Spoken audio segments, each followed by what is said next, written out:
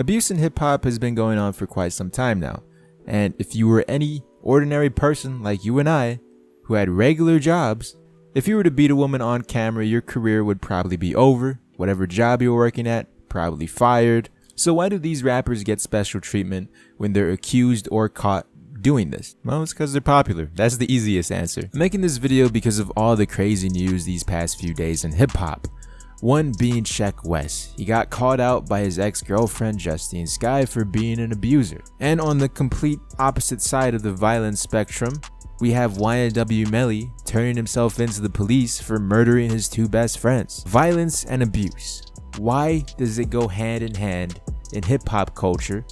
And why is it seemingly okay? And this is a problem that hip-hop listeners, I don't feel, have had to have dealt with as often as they are today. The biggest one before all of these new rappers have gotten into trouble was Chris Brown beating Rihanna. At that point in Chris Brown's career, he was at the peak. But is his career over? No, it's not. You have people that hate Chris Brown for doing it, but then you also have people that will continue to listen to his music no matter what he did.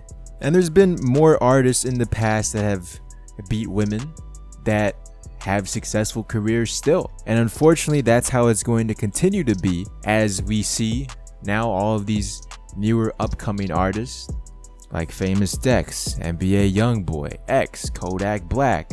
In terms of sexual assault, Tekashi 6ix9ine as well. And mind you, some of these cases are not proven. Some are. Some have even video evidence in the case of Famous Dex and NBA Youngboy. But if you notice the trend from Chris Brown until now, these are all very, very young, impressionable artists with an impressionable fan base. I wouldn't necessarily say it's a generational gap, but something has changed between then and now. And it's most likely how quick some of these artists get fame, what seems to be overnight. So my question to you is it alright to support abusers? My personal opinion on the matter is that everyone makes mistakes, and depending on how big the mistake is, if you can learn from it, move forward, everyone deserves a second chance. I personally listen to some artists I've mentioned because the beauty of all of this tragedy that I'm talking about is that art stands the test of time, and some of these artists will live essentially forever as long as people remember them by.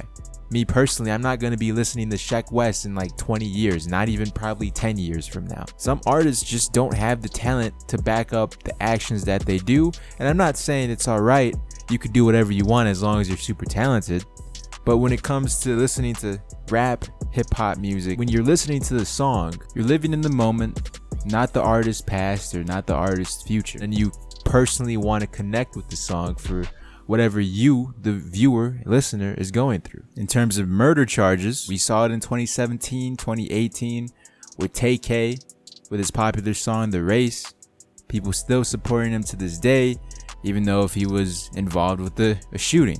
Hip-hop doesn't need to have this toxic masculinity problem that it has now, glorifying violence and abuse. Let me know in the comment section below, do you support any of the artists I mentioned or any artist that has abused a woman? Not because of who they are, but because of the music that they create. I'm really interested to know other people's takes on supporting abusers, because in any other profession in life, this would be looked down upon. In fact, some of it is completely written out of the history books. I know it could be a touchy subject. If you know someone who's been abused or have been abused as well, find help. Talk to somebody if you have. I know not the most uplifting video, but it's a serious topic in the hip-hop community that I feel like not a lot of people talk about, when in reality, they should. That said, thank you for watching.